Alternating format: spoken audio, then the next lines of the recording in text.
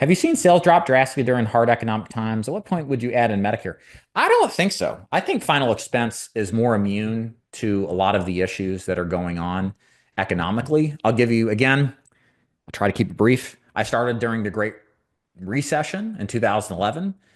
Um, I continued to sell into the Trump era in 2016 when the economy kind of turned the corner there.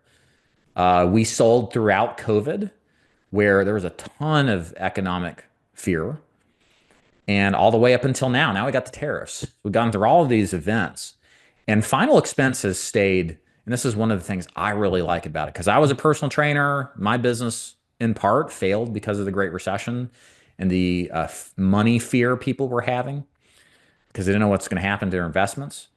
But final expense doesn't experience that because A, you're dealing with something that every person goes through, which is dying and having to pay for the funeral. And then B, the clients we have receive Social Security regardless of the state of the economy. And if so, well, what if Social Security goes away? Well, if it does, then a whole bunch of people are going to vote for the politician that says they'll get it back. And nobody wants to take that risk because that's how you get. If you guys are looking for political unification, try taking Social Security away. It will exist. It will happen if that happens, which means it will never happen. It's the third rail politics. So to me, that it allows us to have a consistency in the business model that you don't get in other ones, even like term insurance, et cetera.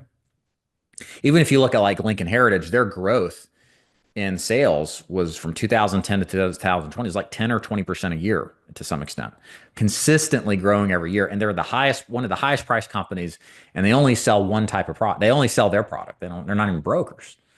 So I think all of this leads to the point that I'm making that I am less concerned about the economic state we're currently in than I would be maybe if I was an IUL only person or a term only person. I would be a little more concerned.